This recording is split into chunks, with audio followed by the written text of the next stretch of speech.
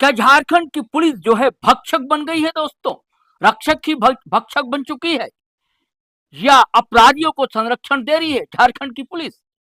क्या झारखंड की पुलिस सुपारी लेकर हत्याएं करवा रही है या कर रही है? ऐसे कई सवाल हैं जो सवाल उठाए हैं अंबा प्रसाद ने। वही अंबा प्रसाद जो कांग्रेस के senior leader ex minister Yogendra Sao की बिटिया हैं, वो खुद विधायक रह चुकी हैं और चर्चित रही है, और इनकी मां निर्मला देवी भी विधायक रही है। यानी कि इस परिवार का बड़का गांव में, हजारीबाग का बड़का गांव, बड़ा दबदबा रहा है 2-3 दशकों से। उनका ये आरोप है। आज फिर राजधानी में थी और प्रेस से रूबरू थी।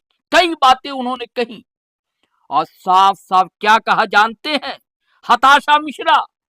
किसे कहा उन्होंने? डीजीपी मैम तदाशा मिश्रा को कह दिया हताशा मिश्रा है ये। जी हाँ, गौर से सुनिएगा आप इनकी प्रेस कॉन्फ्रेंस। तदाशा मिश्रा मैम को हताशा मिश्रा कह दिया है, लेकिन खुद अंबा प्रसाद के चेहरे पर हताशा सी जरूर झलक रही है। क्यों ना हो, लगातार संघर्ष करता रहा इनका परिवार। वहां बड़का गांव में विस्थापन की समस्या, पलायन की समस्याओं को लेकर अब बार बार गिरफ्तारियां होती रही, जेल की सजा भी भुगती, और अब फिर कांग्रेस ने निष्कासित कर दिया है इनके पिता योगेंद्र साव को 3 साल के लिए। तो कांग्रेस पर तो वार किया इन्होंने, लेकिन स्थानीय इकाई पर कहा कि 2-4 लोग महज जो है, कांग्रेस नहीं होती।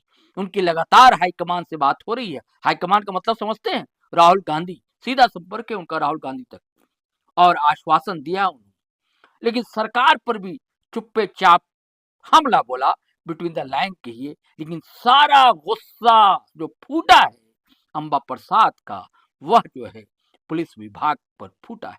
और एक बड़ा सवाल उठाया उन्होंने कि बड़का गांव की बेटी, नाबालिग बेटी 1 महीने से लापता है, कौन ढूंढ कर लाएगा? और पूरा अपराध का काला चिट्ठा खोल डाला है इलाके का दोस्तों। हालांकि चर्चा झारखंड की राजधानी रांची की भी की, और भी कई जगह का जिक्र उन्होंने किया है, लेकिन फोकस में रहा बड़का गांव, एनटीपीसी। यहां तक कह डाला, अगर आपको दिक्कत है, एनटीपीसी के हवाले सरकार को पुलिस विभाग कर देना चाहिए। साथ ही मैं चाहता हूं कि पूरी प्रेस कॉन्फ्रेंस आप खुद सुनिए और फैसला कीजिए क्या कहा उन्होंने अंबा प्रसाद ने, कितने सवाल उठाए, कितने सवाल छोड़ दिए हम जैसे लोगों को बिटवीन द लाइन समझने के लिए। जोहार और तहे दिल से धन्यवाद करते हैं कि समय समय पे आप लोगों का इतना सहयोग मिलता रहता है। आज मेरा जो सब्जेक्ट है प्रेस कॉन्फ्रेंस का है वो है लॉ एंड ऑर्डर पे। झारखंड की जनता अपराधियों से परेशान है और पीड़ित भी है।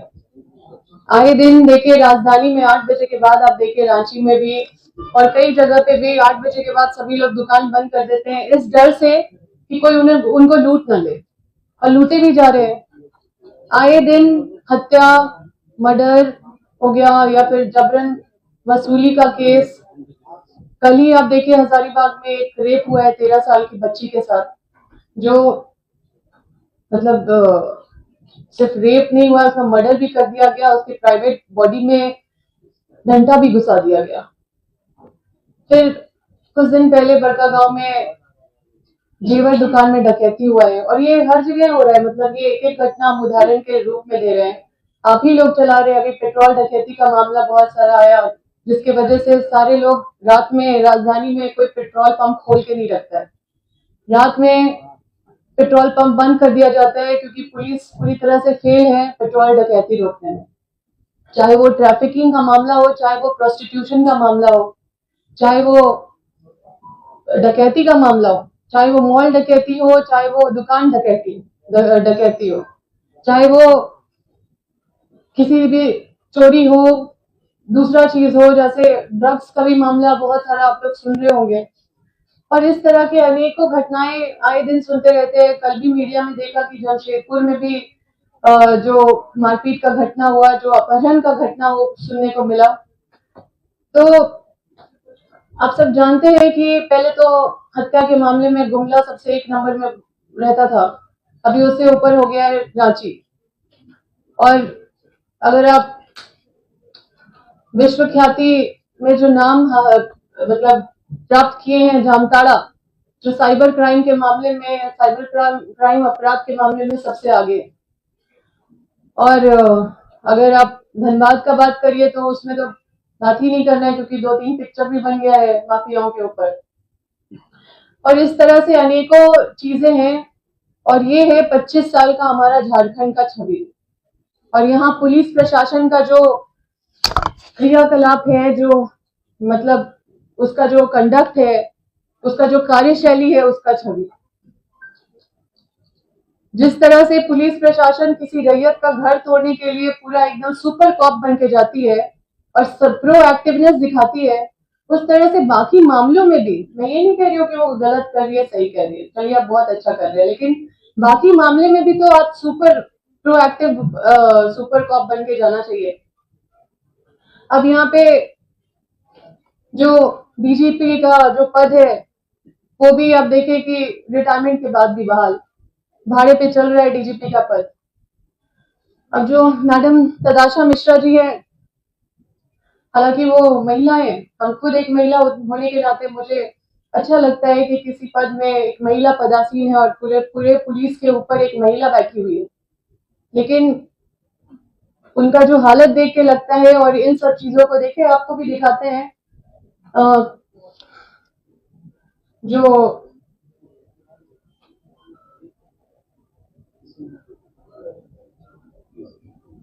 लोगों का जो विश्वास है पुलिस प्रशासन के ऊपर, वो आपको देखना चाहिए। विष्णुगढ़ में अभी जो तनाव का माहौल है, लोग बोल रहे हैं पूरा भरोसा है, क्योंकि हम मिल के आए हैं और उन्होंने मुझे बोला है कि तुम इस लड़ाई को लड़ो, और हमको आश्वस्त किया है कि इस लड़ाई में कांग्रेस पार्टी मेरे साथ है।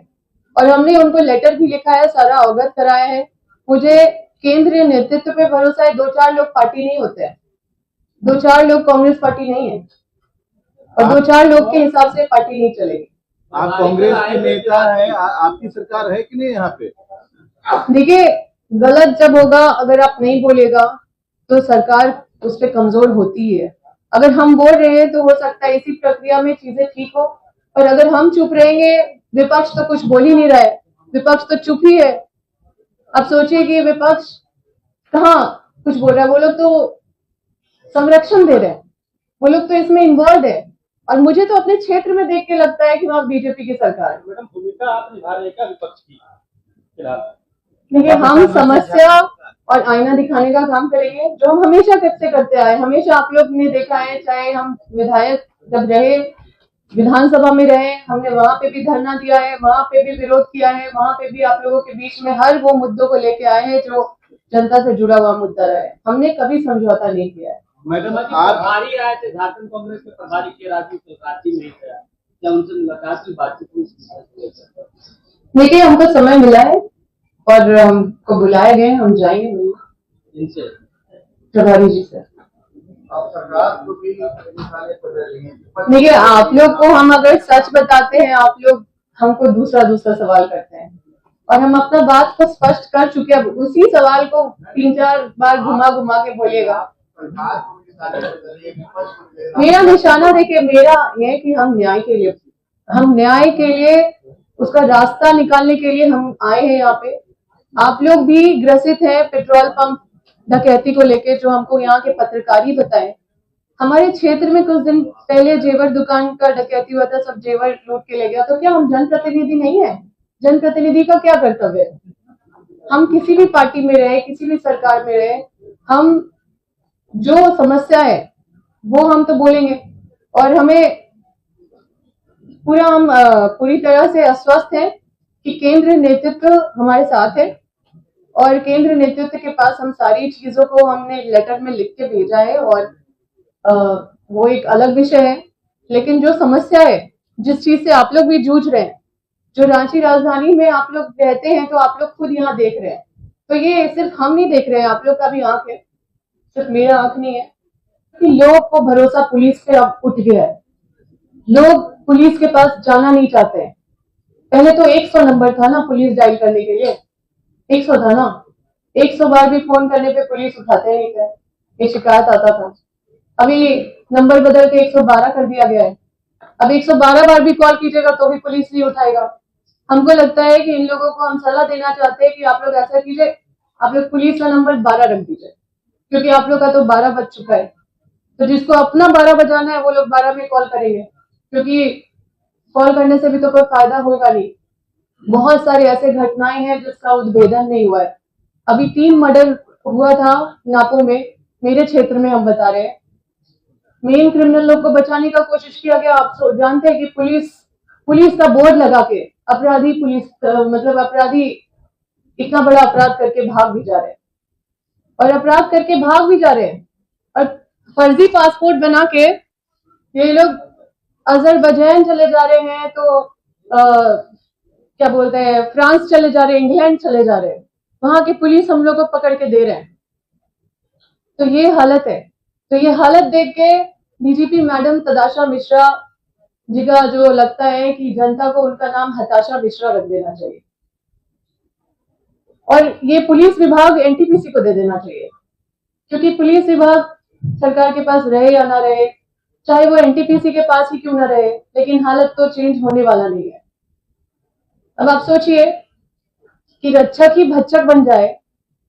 हम तो ये बोल रहे हैं कि चलिए ठीक है, मर्डर होता है तो वो रैम्पेंट, मतलब उसको नियंत्रण नहीं कर सकते। कोई आपसी रंजिश में मर्डर कर दिया, उसको पुलिस कंट्रोल नहीं कर सकता है, हम मान सकते हैं कि चलिए उसमें आपका कंट्रोल नहीं है।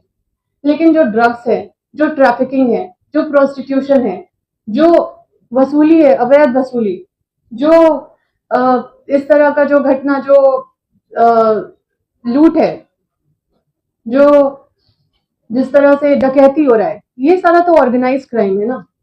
ये माफिया लोग मिलके जो ऑर्गेनाइज क्राइम कर रहे हैं, इसमें पुलिस का सहयोग बिना मिले ये ऑर्गेनाइज क्राइम कैसे हो सकता है?